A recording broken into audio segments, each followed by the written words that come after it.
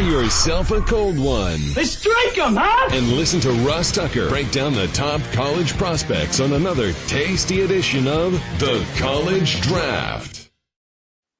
Yeah, it is Daddy Soda time here on the College Draft podcast presented by DraftKings, America's #1 rated sportsbook app.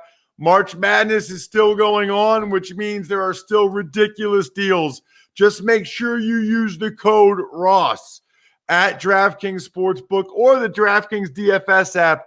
That's the key. Use the code ROSS and enjoy college hoops. We're talking college football players and the draft. Geez, what are we now? Like 5 weeks away from the NFL draft. Last week, we talked about the offensive tackles and tackles that might end up being guards. This week, we're talking about the guys that we know are going to be interior offensive linemen and where they stack up. I'm Ross Tucker, former NFL offensive lineman. Wish I got a chance to study these guys as much as these guys do. Guys like Emory Hunt and Brandon Thorn. I'm at Ross Tucker NFL on Twitter and Instagram and Facebook. He is at Brandon Thorn NFL. The star of the show, it's Emory, and has been since Emory came aboard, at FBall Game Plan on Twitter, Football Game Plan on YouTube, footballgameplan.com/2021 draft guide. Brandon, we talked about it briefly last week, but you also have your own site now that people can check out your different O-line content, whether it's college or the pros. Yeah, it's you could go to trenchwarfare.substack.com, and yeah, it's a newsletter that people can type in their email and get my articles weekly sent to their inbox, and it's going well so far. I'm excited. It's cool to be able to direct the content and write what I want to write, and to be able to just focus on line play, I think is really cool. And so far it's going pretty well, so I'm pleased with it. Well, let's get to these guards and centers. Some people will say that guys that are guard centers happen to be the most athletic, smart, handsome, gregarious, unbelievable personality of any human beings on the planet. Some people say that, not me, but some people say that. Let's get to the guards. I'm going to do Emory. I'll just read off your rankings, Emory, although I will say this. Get the draft guide, footballgameplan.com/2021 draft guide. But Emory's top 10 guards. Number 1, Aaron Banks, Notre Dame. 2, Tristen Hoge, BYU. 3, Alijah Vera-Tucker, USC. 4, Robert Jones, Middle Tennessee State. Interesting. 5, Wyatt Davis, Ohio State. 6, Royce Newman, Ole Miss. 7, Deontay Brown, Alabama. 8, Ben Cleveland, Georgia. 9, Trey Smith, Tennessee. 10, David Moore, Grambling. Let's start with Aaron Banks, Emory. He is a big boy. Listen, like blocks out the sun type lineman. When you're out there, you're like, dude, he gets taller and bigger every play. It's like by the fourth quarter, it's the biggest dude on the field. But despite him being that big, the dude has a lot of athleticism. And that's what I love about his game. He's a powerful point of attack player. He destroys linemen in the run game. And dudes that try to rush a passer, once he gets you and you don't have a counter, it's pretty much dead in the water. So I think he's good on both ends of offense. He's a dominant, player. I think he's a plug and play guy from day one. Brandon, who's your number 1 ranked guard? Guard? No, so not centers, right? Just guards? Right, just guard. Right now, it's a Vera-Tucker. So, yeah, Alijah Vera-Tucker from USC. I saw a lot of Joe Bentonio's game with him. So I think, for him, I think his weight distribution, his ability to play balanced and on a strong base consistently was very impressive. He's very fluid. And for being, as big as he is and just having the frame that he has, I think he's 315, 6'4", 315 or so, 320. But he plays big. And I loved his hands and pass protection.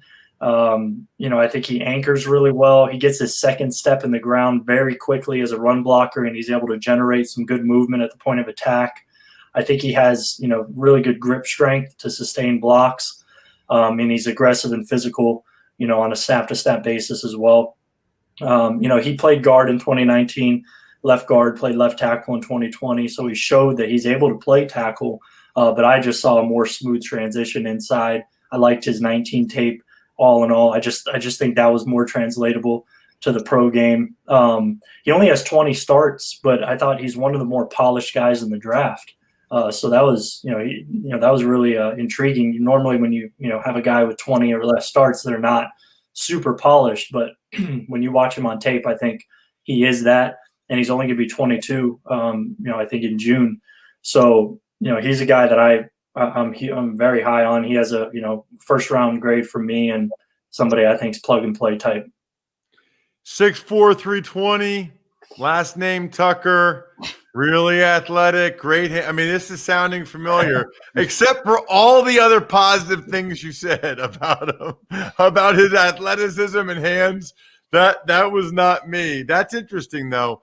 I do like the guys that have shown they can play both guard and tackle. And you think about the Sheriffs and the Zach Martins and Batonios that, if you can play tackle at a high level and then slide into guard, that's usually a pretty good sign.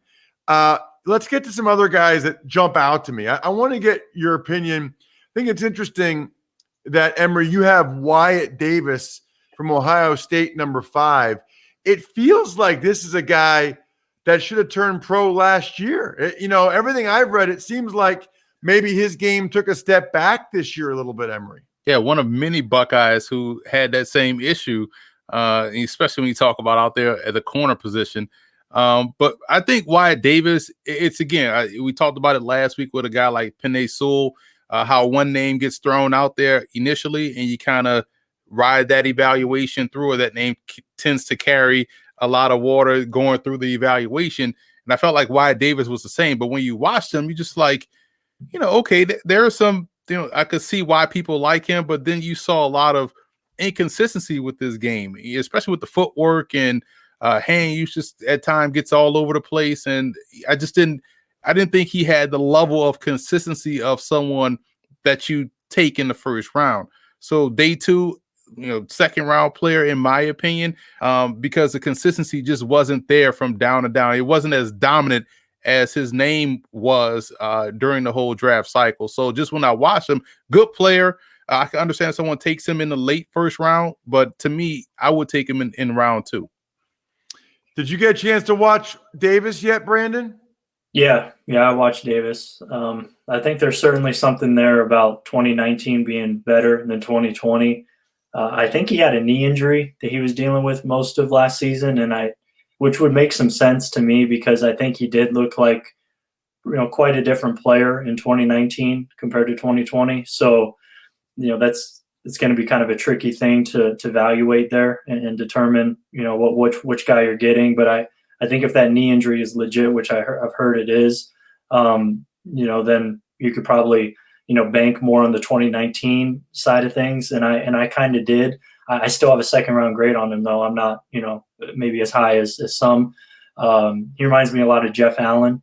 If you remember him from the Chiefs, like when Jeff Allen was, younger and not, decimated by injury like he eventually got. But I think Davis is a physical tone setter, on the interior.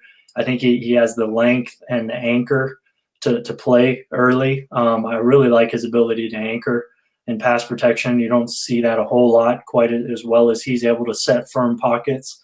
I think that's going to be his calling card early. I think his footwork needs work, and weight distribution and stuff like that. He can lean into blocks and, just get his head over his toes a little bit too much. And, so I think he can do a better job in that regard. But I think, and I liked his hands actually as well. I think his feet are more of an issue to me, but I think he has the demeanor, the play strength, and the skill set to excel pretty early. But like I said, I think the footwork's going to need some work. And but I liked him. I didn't love him, but I like him.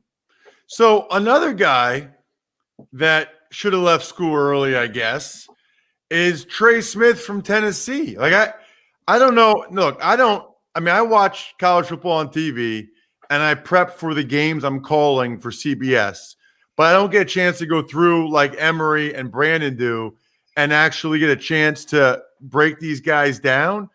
But Emory, I remember this guy as a true freshman murdering people. And I'm thinking, like, this guy is like going to be Larry Allen. I love this dude. What happened to him, Emory? Well, he had the big health scare, and it was great to see him be able to get back out there and play. But you're right, his first year was ridiculous. And I think a lot of times guys that are able to hit the ground running at certain positions and dominate, we kind of have that memory in our heads, and that, but maybe they really maxed out at that, what we saw initially, and they didn't really grow, but they kind of sustained. And I think that's what happened with him. But again, he had the big health scare at Tennessee. To be honest, he finishes Tennessee's arguably in their history the most accomplished O-lineman in their program. And that says a lot considering the amount of dudes he had, come through that Vols program. But I just think that he's obviously guard all day long. Maybe someone, if I had to throw a comparison out there, Ben Grubbs on the interior, someone that's just powerful and just really just moves guys out off the spot. But just athletically, I think he's just okay. But so that's where I had the issues with him. But you're right, his tape was early on was dominant. But I think the health issue that happened, I think it was a heart condition or something like that, or something that was serious that almost threatened to not allow him to get back out there on the field. But he was able to go back out there, play well, be healthy, and do things as he was able to normally do. Brandon, what happened that he kind of dropped off? I mean, people were talking about him like a top 15 pick a year ago. Yeah, well, I mean, I think you can't really overstate the health stuff, that threw him off. I think it was blood clots that he had. So he had to sit out for a year, I believe. But yeah, I mean, so that, obviously threw a wrench in his development. But yeah, I mean, I do think, again, 2019 was better than 2020 for him. But, when I watch him on tape, I see, honestly, when it clicks for him, it's really special. I think he's one of the most physically gifted linemen in the draft. I think if you drew up a guard in the NFL that most people would want in terms of physical traits, I think he is probably close to the prototype, just in terms of height, weight, length, frame, build. That type of stuff is just perfect.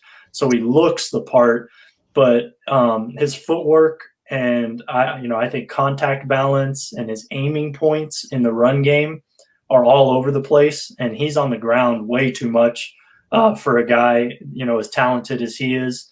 I mean, at least 5-6 times a tape he's on the ground, because he couldn't sustain. He gets thrown off or he just misses. So it's that really hot and cold kind of prospect that, kind of boom or bust, I guess you could say in some regards. But, it's just, I think situation is going to be huge for him. I mean, he needs to go to a proven developer of talent as an offensive line coach, Mike Munchak, Bill Callahan, somebody like that, and maybe sit for a year, be in the program, that type of thing. And then you could have a very good starter down the line. But considering the bottoming out potential there, I had him as a round 3 guy, and that might be a little high. I don't know. I can't see a guy with that talent getting out of the end of day 2, but maybe it happens. I don't know. But yeah, so that's where I valued him. It was tricky though, because of what we're talking about. So definitely a complex evaluation, but I saw him as like a Luis Vasquez, Roger Saffold, I think is high end. If he really, fills, those gaps in his game. Bobby Williams is an older guy. And I like the one that Emory threw out there, Ben Grubbs. So, you see that archetype there with him, but he has a ways to go, I think, with his footwork and his technique. If there's one more guard, Emory, that you wanted to talk about, who would it be? Tristen Newman Hoge. or Brown or Cleveland or any of these guys? Tristen Hoge, period. Then you realize he went to Notre Dame. It's like, all right, it all makes sense. Notre Dame has the monopoly on great offensive linemen. But Hoge, when you watch BYU, again, Hands stayed inside. They were consistent. He's very technically sound. The run game is where you notice him even more so with the amount of big plays that came right off his butt with Alijah. And so he's dominant on that end. He's really good as a pass protector. And again, that's why Zach Wilson had all day to throw. And the fact of the matter is the guy was, he dealt with injury. He had dealt with COVID issues and still was able to go out there and dominate. I don't think he gets talked about enough. And so his tape to me was clean, consistent. And it was hard to really keep him out the number one spot. But Banks was just like, he held it for a long time until I watched Banks. So it's like I watched Hodge first, and then I watched Banks. And I was like, all right, Banks gets the number one spot in my opinion, but Hodge is excellent in my opinion. How about you, Brandon? Are these other guys that we didn't get to yet?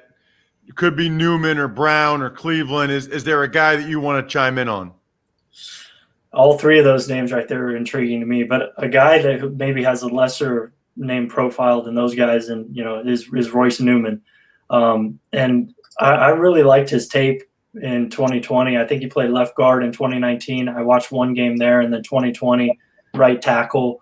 And the first game was rough. You could see him trying to settle in, and so it was. I think if people watch that and that's it, they'll see a totally different player than you will at the end of the year, where he showed steady improvement throughout the season in 2020, and I really like seeing that as a prospect. But I think he has very good athletic ability. His quickness out of his stance is eye-catching. He's very good at anticipating the snap and also having very good quickness. So he's consistently the first guy moving off the ball, and I think that gives him a leg up in the run game and the pass game a lot of the time. So he's able to beat guys to the spot, pretty consistently. And I think that will translate well inside. Doesn't have really the physical dimensions and traits that you would want probably for a tackle, but so that's why I think, we all agree he's probably a guard. But yeah, he has some really nice technique with his hands that he was starting to use later in the year. He faced good competition as well, which is, always great and kind of reassuring when you're watching a guy on tape to see him against Sunday players actually perform and, go toe-to-toe with them and get the better of them. That's always, comforting, I think. So he, the dude from Vanderbilt, that was he had some trouble with him with his length, but still he was able to do some things. And it's escaping me another tape that I really liked of him, but either way, I really like him. He's added 70 pounds since he got to Ole Miss. So I think he has a very athletic background, and he's able to, add that amount of weight and still keep it. He's going to be 24 years old as a rookie. That's not a huge deal to me because he is, I think, pretty, ready to contribute right away, but just kind of another note there. But yeah, I like him a lot, and I think he's going to be really good value, maybe later in the draft. Let's get to the centers. And Emory, your number one ranked guy is Josh Myers from Ohio State. Yeah, this dude has great, functional power, core strength, A+ recognition skills for the position. So he doesn't get fooled. You don't see him get walked back.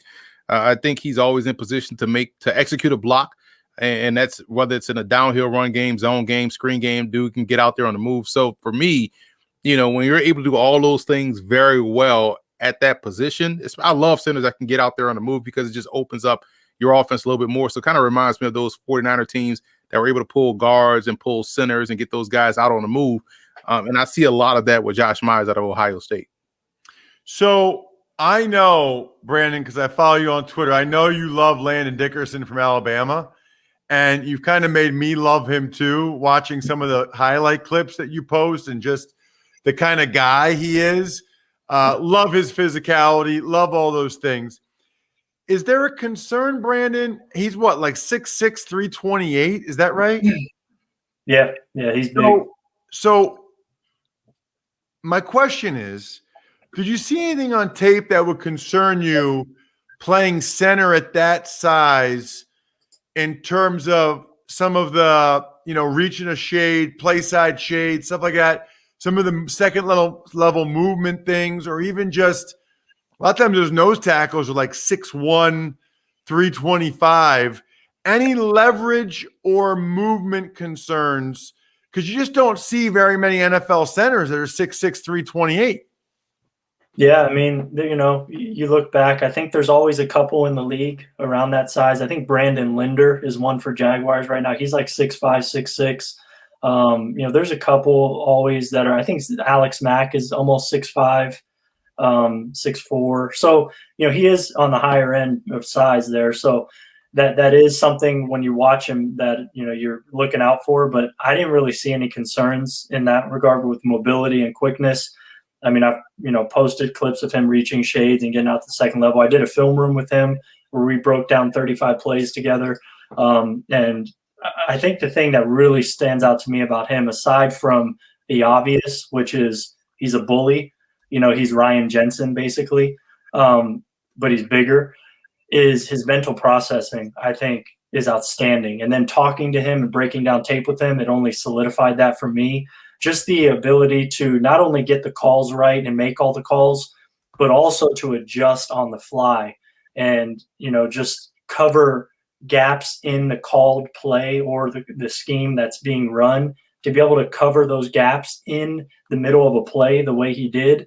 I mean, that type of stuff to me says, okay, this guy can come in right away and, be a starter.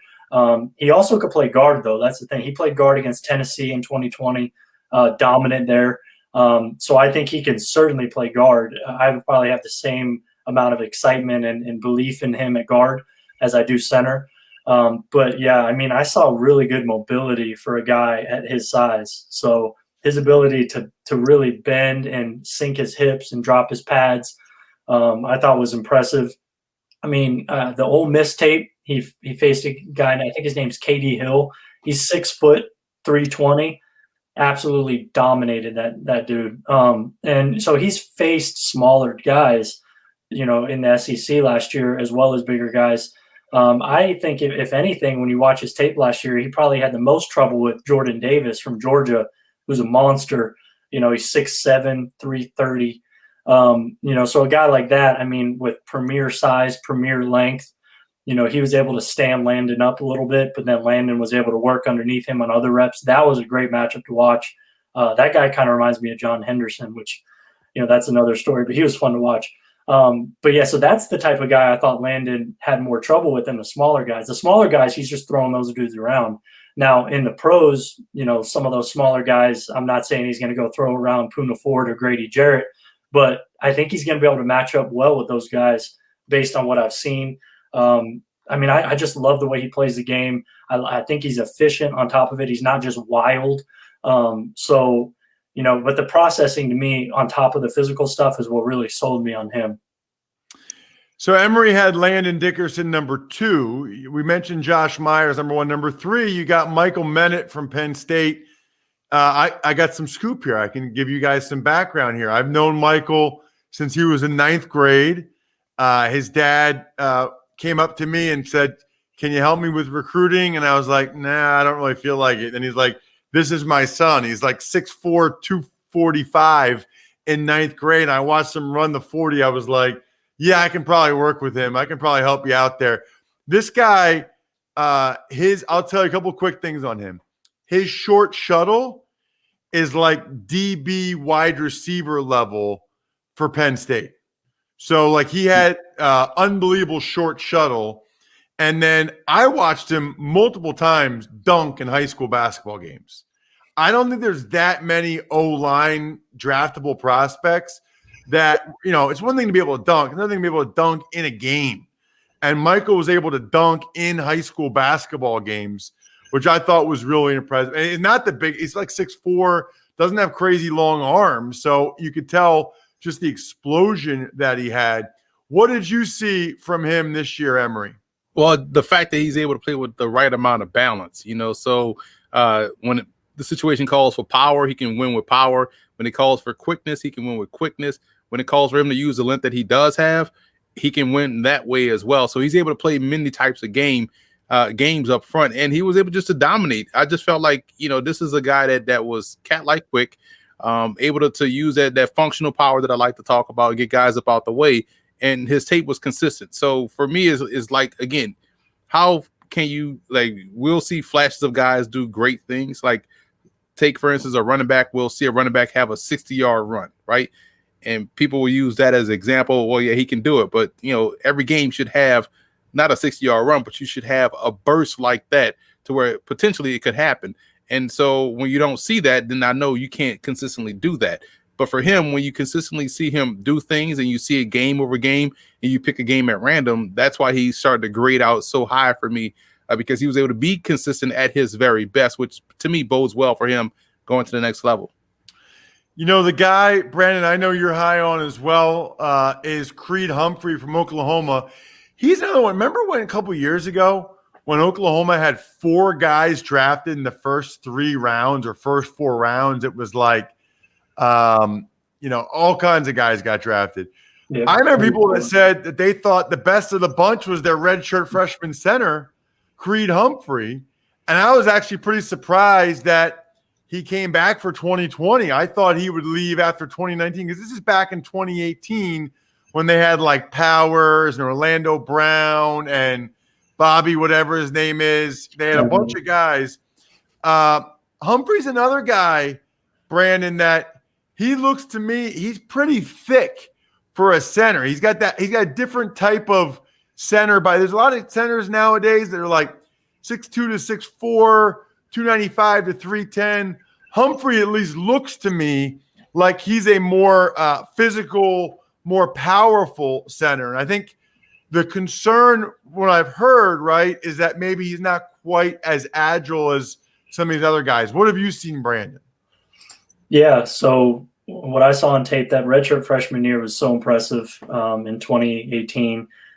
He's made every call for the offense since starting that year. So he has 3 years of making all the calls.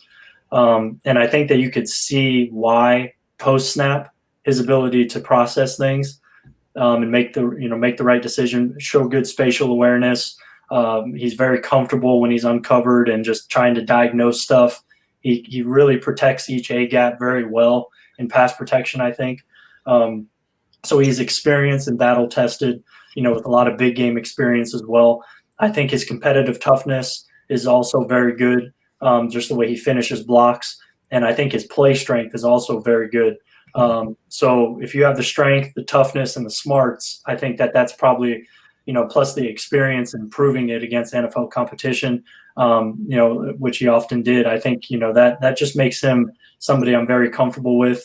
He has a high level wrestling background as well. And you see that translate to how well he's able to manipulate leverage on guys and just get guys leaning and off balance enough to where he's able to secure the block. I saw that consistently. So there's a lot to like about him. I think he's an older prospect, going to be 24 years old, week 1. So that's noted. I think massive type of defensive linemen with premier length are going to be able to, get inside his chest and control him a little bit. Because I think he does have below average length. That's probably one of the knocks on him. But for center, there's a lot of guys with his type of length that are playing at a high level. Ben Jones for Tennessee has 32-inch arms. Shaq Mason plays guard, really short arms. So he's not Shaq Mason, but you know what I mean? There's guys that have his below average length that succeed, especially at center. But there are situations as a pro where I think he will be able to, or be, caught, out of position and stuff like that. But, that's, if you're trying to find weaknesses in his game, I think that's one of them. But yeah, I think he's a pretty clean cut prospect to me. I think, maybe probably won't ever be an elite starter, but I think he'll probably be an above average starter for a long time. And, those type of guys I like, putting a good grade on for offensive line, because it's not a guarantee that the technique and fundamentals are going to improve as a pro. It's not like they're getting all this technique and fundamental work as a pro. So, to be as clean as he is in that regard with enough of the physical traits and the experience, to me, that just spoke, that he's going to be probably a good starter right away. Check these guys out on social media. At Brandon Thorn NFL, outstanding. At FBall Game Plan on Twitter for Emory Hunt. Football Game Plan on YouTube. Footballgameplan.com. /2021 draft guide. We will keep it rolling next week. We're going to the defensive side of the ball. Other than that, the keg is kicked. We are all tapped out. Thanks for listening to the College Draft Podcast. Make sure to also subscribe to the Ross Tucker Football Podcast, Fantasy Feast, Even Money, and The Business of Sports. All available at Apple Podcasts, rosstucker.com, or wherever podcasts can be found.